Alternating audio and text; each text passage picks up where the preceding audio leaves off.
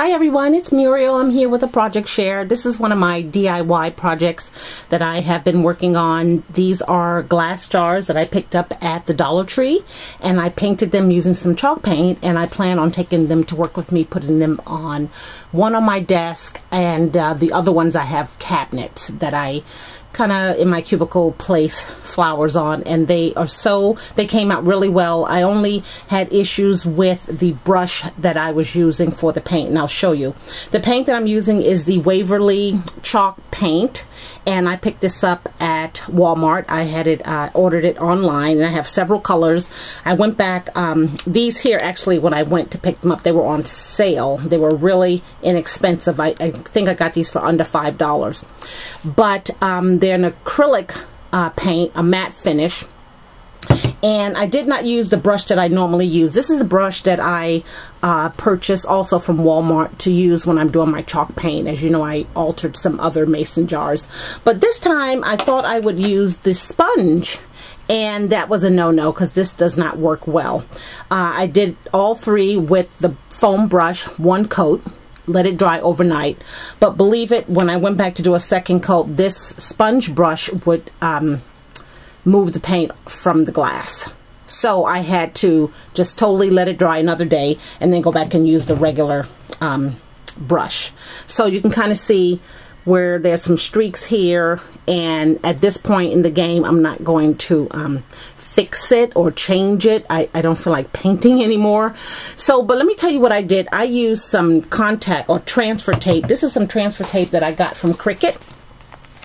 And I've used this on another project. I made a sign for my daughter, and I cut out this leaf using a leaf punch. I cut it out and I taped it on the glass before I even started. And then you put the first coat on. Really, you need to let it dry an entire day. Second coat, entire day drying. Third coat, entire day.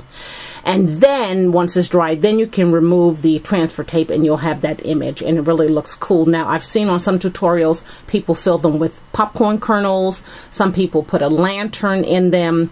Not a lantern, but a candle. And I just cannot find my candles right now. I have plenty votive candles, but I also have some candles that are about that big that are run on batteries, and I just purchased them at Michael's couple of weeks ago, and they were 3 in a pack because they were as is, and they're downstairs somewhere. Downstairs is such it's not a mess. I mean, it's just got a lot of boxes with my daughter getting ready to move, so I cannot find the candles. But I thought that the candles would look very nice inside of this glass jar. The flowers I got from the Dollar Tree. I've had these for some time. When I was doing all my purging, I looked up in my top of my pantry in my hallway, and there were these bouquet of flowers, so worked out perfect. And then the lids that I'm using are from the pack that I just purchased at Hobby Lobby.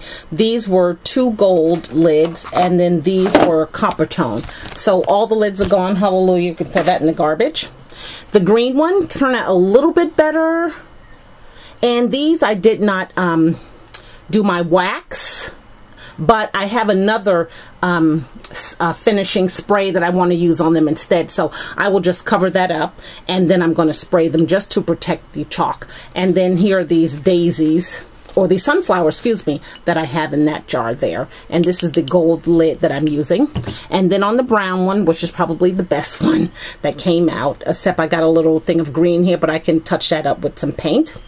I am using the copper lid, and I have these beautiful tan color flowers in them. So this was such a fun project. I encourage you. You could also use acrylic paint on these. You don't necessarily have to use chalk paint, but I do like it. I was following a tutorial, and that's what that's why I have it. And I'll show you the colors. The yellow one is maize, the green one is moss, and the brown one is antique.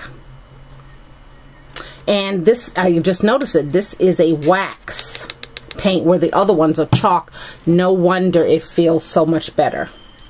Interesting. So I won't have to go over this one because it does feel like a wax, where these two are chalk. I just noticed that. You know, sometimes when you find things on sale, you just buy. You don't really look at the detail, but that's good to know that that one is a wax one. So those are the colors. And again, I'll show you the brush that I'm using. This is by Plaid. It's doesn't have a name on it, but it's 1 1/2 inches in length. I guess the bristles are. And this really works good with the chalk paint. You can see it there. It says Home Decor Chalk.